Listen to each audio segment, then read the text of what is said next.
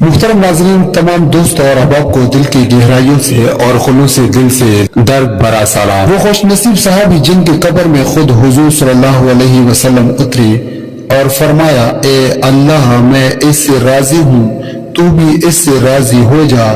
ایک یتیم بچہ تھا، اس کا نام عبداللہ تھا۔ چاچا نے پرورش کی تھی۔ جب جوان ہوئے تو چاچا نے اونٹ بکریاں غلام دے کر ان کی حیثیت درست کر دی تھی۔ عبداللہ نے اسلام کے متعلق کچھ سنا اور دل میں توحید کا شوق پیدا ہوا، لیکن چاچا سے اس قدر ڈرتا تھا کہ اظہار اسلام نہ کر سکا۔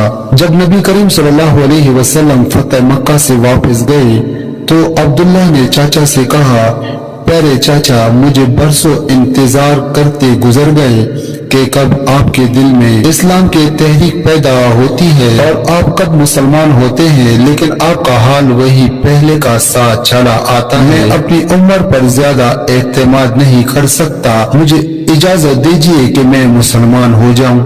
چاچا نے جواب دیا، دیکھ، اگر تو محمد صلی اللہ علیہ وسلم کا دین قبول کرنا چاہتا ہے تو میں سب کچھ تجھ سے چھین لوں گا، تیرے بدن پر چادر اور تہبند تک باقی نہ رہنے دوں گا۔ عبداللہ نے جواب دیا، چاچا جان، میں مسلمان ضرور بنوں گا اور محمد صلی اللہ علیہ وسلم کا اتباع قبول کروں گا۔ شرک اور بت پرستی سے میں بیزار ہو چکا ہوں، اب جو آپ کا منشا ہے کیجیے، اور جو کچھ میرے قبضے میں زور و مال وغیرہ ہے سب کچھ سنبھال لیجیے۔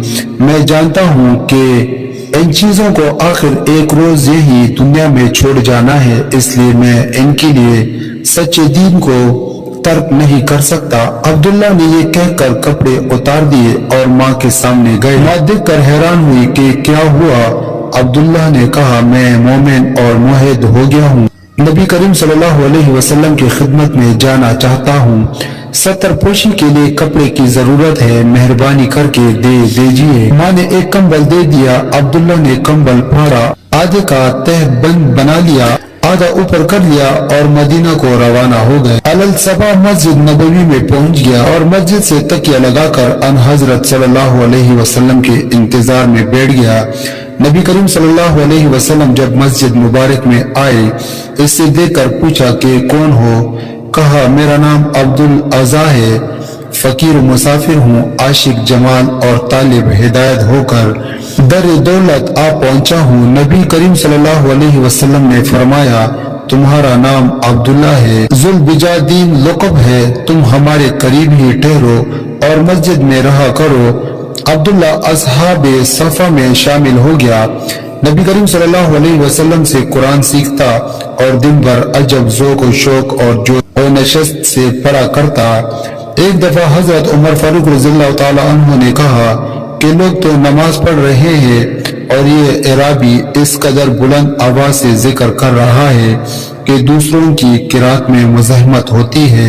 نبی کریم صلی اللہ علیہ وسلم نے فرمایا، عمر، اس سے کچھ نہ کہو، یہ تو خدا اور رسول کے لیے سب کو چھوڑ چھاڑ کر آیا ہے۔ عبداللہ کے سامنے غزوہ تبوک کی تیاری ہونے لگی تو یہ بھی رسول اللہ صلی اللہ علیہ وسلم کی خدمت میں آئے۔ عرض کیا، یا رسول اللہ، دعا فرمائیے کہ میں بھی راہ خدا میں شہید ہو جاؤں۔ نبی کریم صلی اللہ علیہ وسلم نے فرمایا، جاؤ کسی درخت کا چھلکا اتار لاؤ۔ عبداللہ لے آئے تو نبی کریم صلی اللہ علیہ وسلم نے وہ چھلکا ان کے بازو پر باندھ دیا اور زبان مبارک سے فرمایا، الہی، میں کفار پر اس کا خون حرام کرتا ہوں۔ عبداللہ نے کہا، یا رسول اللہ، میں تو شہادت کا طالب ہوں۔ نبی کریم صلی اللہ علیہ وسلم نے فرمایا، جب اللہ کے راستے میں نکلو اور پھر بخار آئے اور مر جاؤ تب بھی تم شہید ہی ہوں گے۔